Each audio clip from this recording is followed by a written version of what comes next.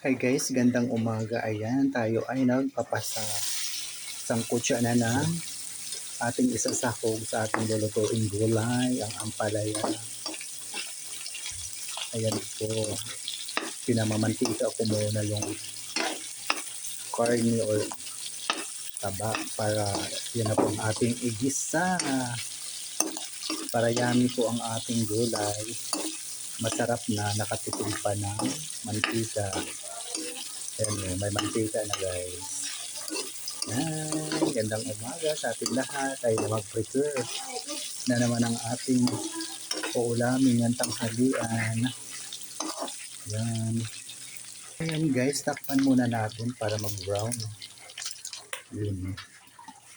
So yun na guys, mantika na siya, brown na. Pwede na natin igisa ang ating sangkap.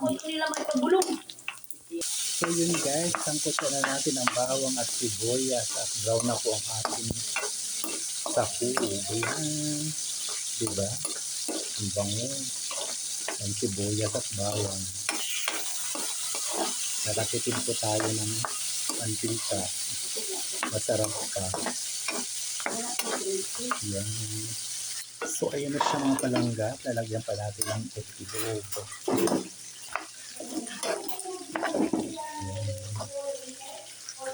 So ayan guys, nilagay na natin ang ating oyster sauce.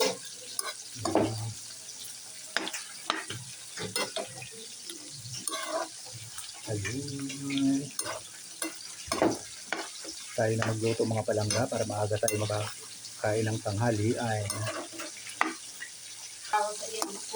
So ayun na po mga palangga, luto ng ating ampalaya. Andiyan na yung itlog. Ayun.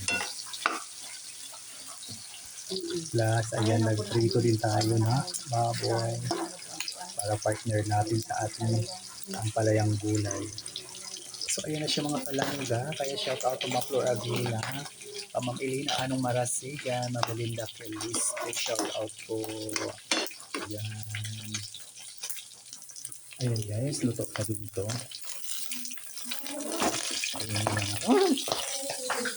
So yun guys, nagsalang ulit tayo na kuko. Napisikan tayo ng mantika, pumipisik. So yun po guys, ang ating partner sa ating ampalaya. Ayan.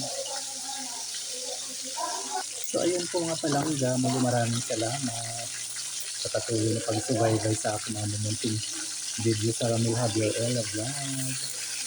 Thank you so much for watching, sharing, follow, and like. Love, love, love. God bless us all po. So ayan, tayo ay kailangan makaluto ng maaga para makakain ng maaga. So ilagay sa ating lasalang.